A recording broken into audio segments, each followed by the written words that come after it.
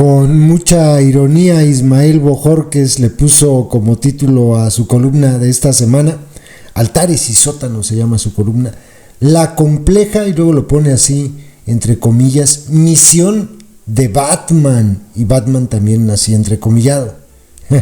Se refiere obviamente al delincuente Omar García Harfuch, y fíjense, está muy interesante porque dice que Harfuch no se va a encontrar, o no se encontró ahora que llegó a Sinaloa, con la Unión Tepito o con el cártel de Tláhuac, no, o sea, estamos hablando de una organización internacional, transnacional, pues, que es inmensamente más poderosa que la llamada Unión Tepito.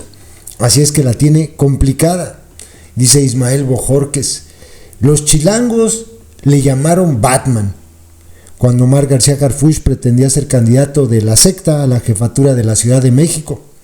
Lo decían en serio, lo veían como el protector de la ciudad, y ahora los culiches se ríen de eso cuando saben que llegó con su aura de superhéroe.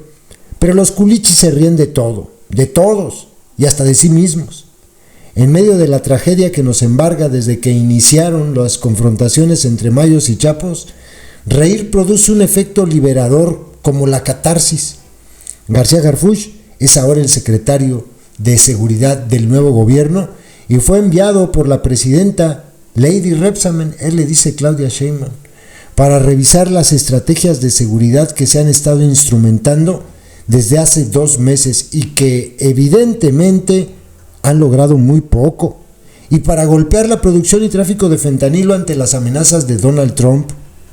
García Harfuch fue secretario de Seguridad en la Ciudad de México con Claudia y sus resultados fueron buenos, y por eso ocupa el cargo que ahora lo trae por acá.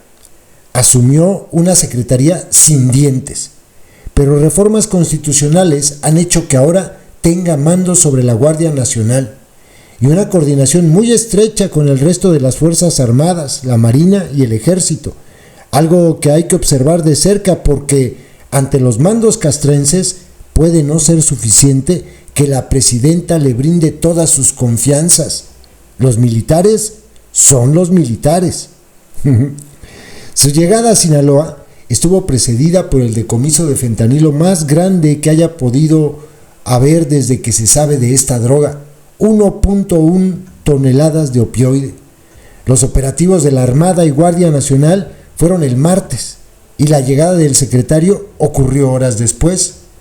Cuando arribó a Culiacán, la noticia del decomiso ya se conocía porque él mismo la había tuiteado a las 10 de la noche. Así que llegó como el salvador de la ciudad, aunque Culiacán no es ciudad gótica, ni el decomiso fue aquí, sino en Los Mochis. En Guasave solo aseguraron algunos kilos. Sorprendió el golpe porque la zona norte ha estado al margen del conflicto narco, y es verdad, de allá no se menciona nada. Allá los Chapitos y el Chapo Isidro tienen acuerdos, se dividieron el territorio de Ahome y todo indica que el de Guasave no ha tomado partido en la guerra porque esa zona se mantiene en calma.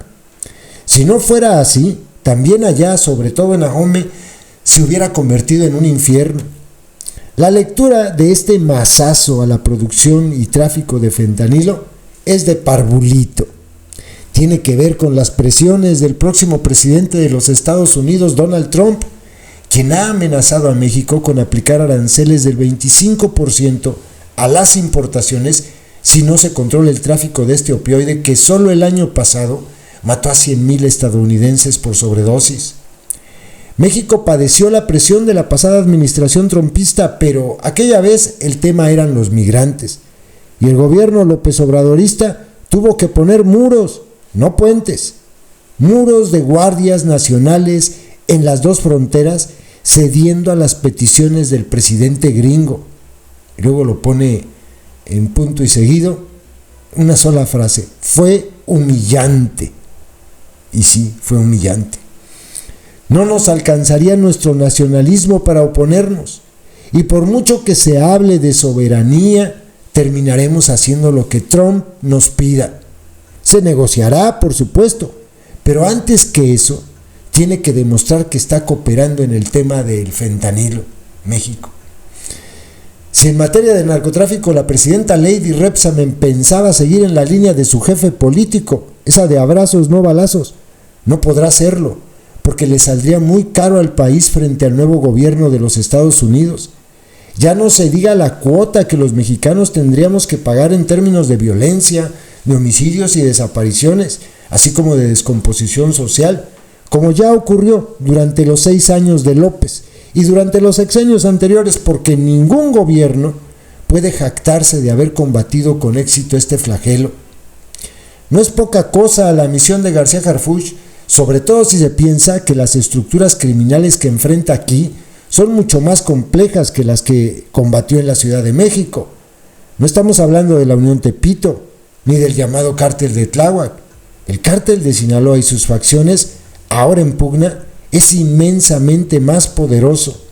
La organización de los Beltrán Leiva, que ahora lideran Óscar Manuel Gastelum Iribe, el músico, y Fausto Isidro Mesa Flores, el Chapo Isidro, se han dedicado a traficar y a fortalecerse en los últimos 10 años sin que nadie los moleste. Por el contrario, tejiendo también con la clase política, algo que aprendieron de sus antiguos jefes. No creo, dice Ismael Bojorquez, que el reportaje del The New York Times, donde afirma que el cártel de Sinaloa está reclutando estudiantes de la Facultad de Química de la Universidad Autónoma de Sinaloa para producir drogas sintéticas, esté exagerado. Tal vez la parte débil de las reporteras que lo firman esté en sus fuentes, las cuales, de nuevo el New York Times, no aparece nunca. Ni siquiera ese supuesto informe de la Sedena que esgrimen cuando defienden su trabajo, pero no exhiben. Hace años, y esto es interesante, un maestro de química me dijo que ante los niveles de deserción escolar que detectaron, investigaron las causas, y una de ellas fue que muchos estudiantes eran enviados por el cártel solo para que aprendieran a cocinar. ¿Tendría algo de extraño? No. El tema aquí es si los directivos de la facultad o algunos maestros se presten a este interés. Pero ya ven que Claudia dijo que no era cierto, que eso era de una serie de televisión y que no sé qué tanto, siempre negando la realidad, siempre. Bueno, y termina con un comentario sobre la desaparición del INAI, también allá en el estado de Sinaloa.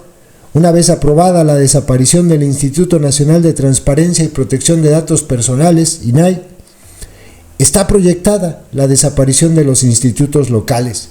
En Sinaloa, la CEAIP, así se llama, CEAIP, CEAIP. Y es aquí donde hay que ver qué dicen nuestros diputados, y luego pone la siguiente palabra entre comillas, de izquierda. Pues ¿qué van a decir? ¿Va a seguir la línea de lo que viene desde Ciudad de México?